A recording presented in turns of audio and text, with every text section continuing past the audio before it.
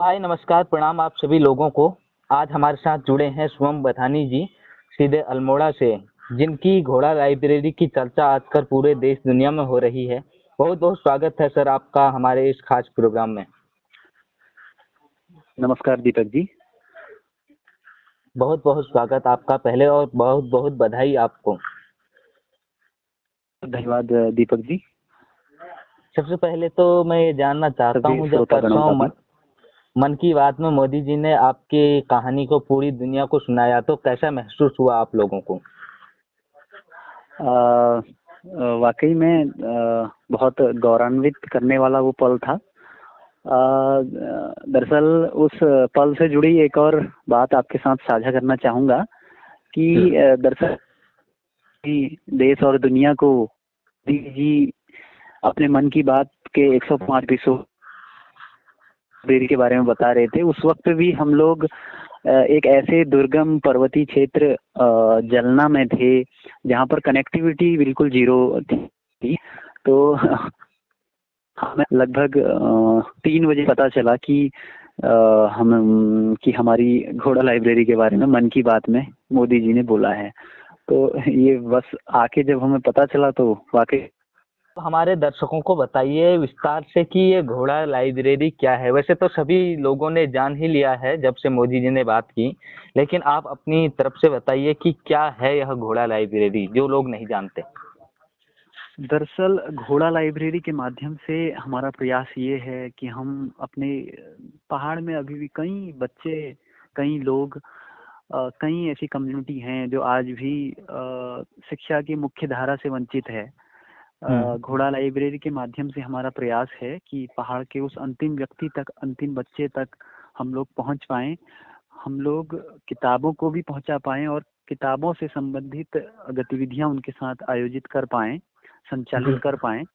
और इन गतिविधियों के माध्यम से हमारा लक्ष्य ये है, हमारा मुख्य उद्देश्य ये है कि जो आज एक विलुप्त होती पुस्तक संस्कृति, बुक कल्चर, कहीं ना कहीं हम देखें तो लोगों के बीच से, बच्चों के बीच से एक बुक कल्चर विलुप्त होता जा रहा है। तो उस बुक कल्चर को पुनः एक बार स्थापित किया जाए। और अपने पहाड़ से खासकर हम इस चीज़ की शुरुआत कर रहे हैं, क्योंकि पहाड़ में कहीं ना कहीं बच्चों के पास अवसरों की कमी रहती है।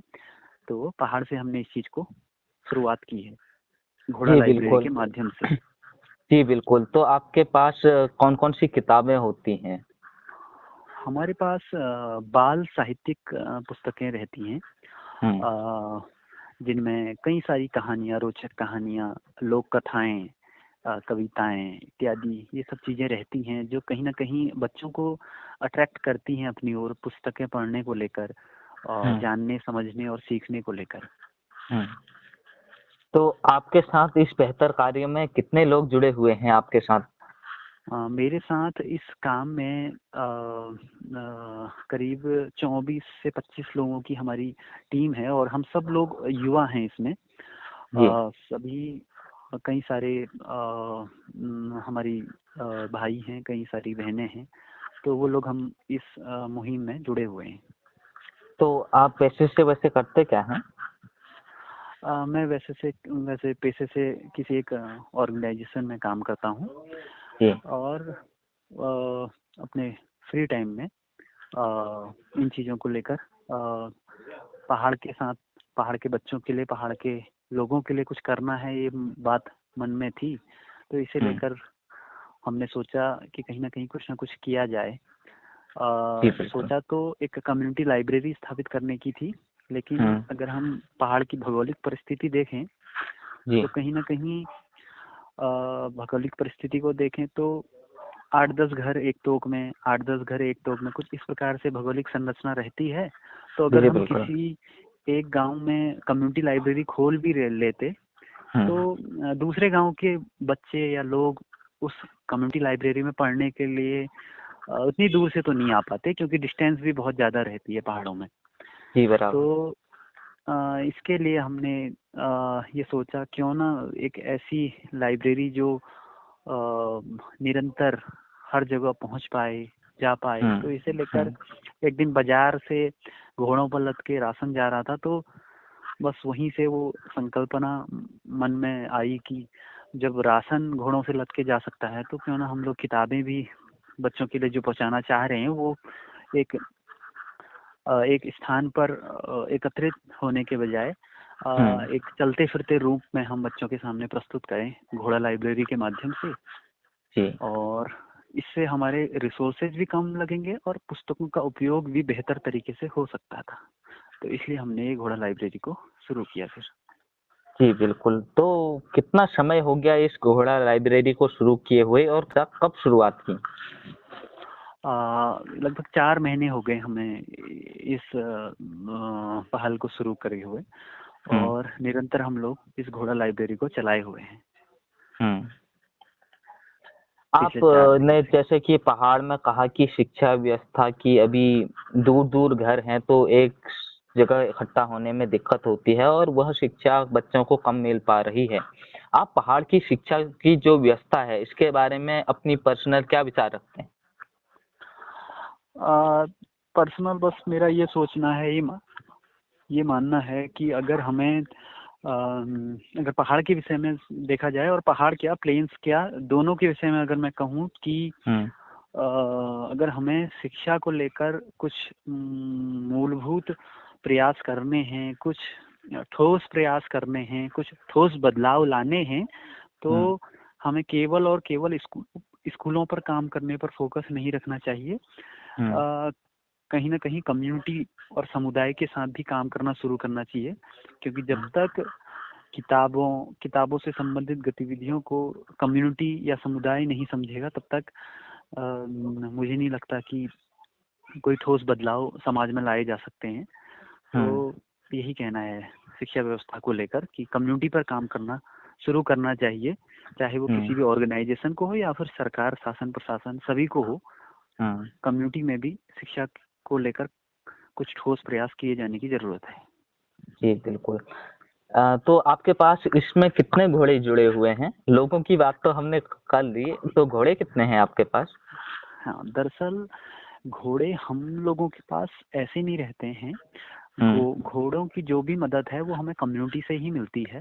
हम्म। शुरुआत एक दीवान सिंह रावत नाम के एक कम्युनिटी के व्यक्ति थे, उन्होंने हमें सब सर्वप्रथम ये एक घोड़ा उपलब्ध कराया था।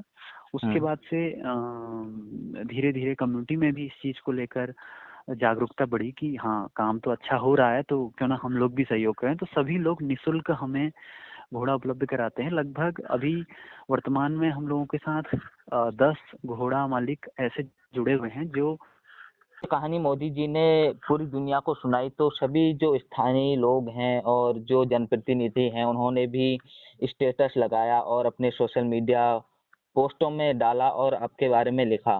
तो आप उन लोगों से क्या कहना चाहते हैं? पहाड़ में किस तरीके से जो पहाड़ के बच्चे हैं उनको आगे बढ़ाने के लिए किस तरीके से वह जनप्रतिनिधि प्रयास कर सकते हैं? यही लास्ट सवाल भी होगा हमारा। बिल्कुल दीपक जी, अ, मैं उन सभी जनप्रतिनिधियों और समस्त क्षेत्रवासियों का और उत्तराखंड वासियों का और भी तमाम देश भर से मुझे शुभकामना संदेश और बधाई संदेश आ रहे हैं। मैं उन सभी लोगों से ये कहना चाहूँगा कि कहीं ना कहीं अगर हम देश स्तर पर देखें, राष्ट्रीय स्तर पर देखें, हम्म। कई सारे लोग हैं आज भी गरीब और वंचित और कई इस प्रकार के लोग हैं जो आज भी शिक्षा की मुख्य धारा चित हैं। हर देश में हो या किसी भी राज्य में हो, तो उसे अगर वो अपने आप में समझता है कि मैं थोड़ा बहुत भी शिक्षित हो पाया हूँ या कुछ प्रयास कर पाया हूँ, तो हम्म। उसको हमेशा ये प्रयास करने चाहिए कि वो अपने साथ साथ जिस प्रकार से वो शिक्षित हो पाया है वो कुछ हम्म। ऐसे कम्युनिटीज और ऐसे लोगों के लिए भी प्रयास करे हम्म। जिन जिन पर और ज़्यादा काम करने की ज़रूरत है। कहीं ना कहीं उनकी शिक्षा को लेकर या फिर जिस प्रकार से हम लोग कर रहे हैं कि बुक कल्चर डेवलप करने को लेकर, इनको लेकर प्रयास किए जाने चाहिए और ठोस प्रयास किए जाने चाहिए, कम्युनिटी स्तर पर प्रयास किए जाने चाहिए। बस यही मेरा जी संदेश रहेगा। जी, आपका बहुत-बहुत धन्यवाद और आपको बहुत-बहुत बधाई इस बेहतर कार्य करने के लिए। आप करते रहिए और पूरा बहुत बहुत उत्तराखंड धन्यवाद। आपके साथ है। थैंक यू बहुत सर। बहुत धन्यवाद।